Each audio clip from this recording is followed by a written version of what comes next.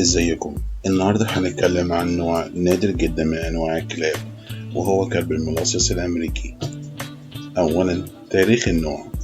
الكلب ده من أقدم أنواع الكلاب في العالم. تاريخ السلالة بيرجع لآلاف السنين من أيام الحضارة الرومانية، وهو ليه تماثيل كتير بتثبت وجوده. والكلب ده هو اللي بينحدر من سلالته. جميع أنواع الكلاب الماستيف الضخمة، ولكن للأسف النوع ده انقرض من زمان، ولكن جيناته كانت لسه موجودة في الأنواع الإيطالية زي كاني كورسو ونابلتين ماستيف. فمربي أمريكي اسمه ماركو في ولاية كاليفورنيا قرر إنه يعيد إنتاج السلالة دي عن طريق تهجين منظم لجينات متشابهة جدا مع النوع الأصلي. ثانيا، شكل النوع. شكل مميز جدا بضخامته وجلد مجعد، وخاصة حوالين الرقبة، وده كان بيحميه من أي هجمات شرسة. ألوانه بتكون أسود أو أسود في بني مخطط.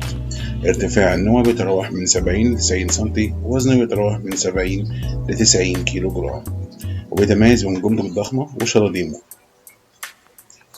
ثالثا، استخدامات النوع. كان ومازال بيستخدم ككلب حراسة، هدفه الأول الدفاع عن عيلته وأصحابه.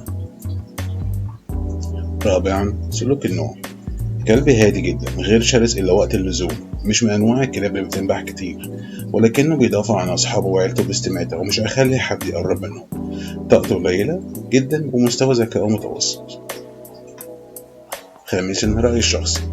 الكلب ده بالرغم من حجمه ولكنه يصلح العيش في أي مكان بسبب حركته القليلة. غير محب للغرباء ولكن قليل الهجوم، وبيحاول إنه ينبح ويخوف الأول قبل ما يقرر يعض. سلوكه هادي مع الأطفال والحيوانات الأصغر منه، وغير مؤذي. لو شفت الكلب ده كأنك شايف صورة متحركة تاريخية لحيوان منقرض ما قبل التاريخ، وهو ده اللي بيميزه.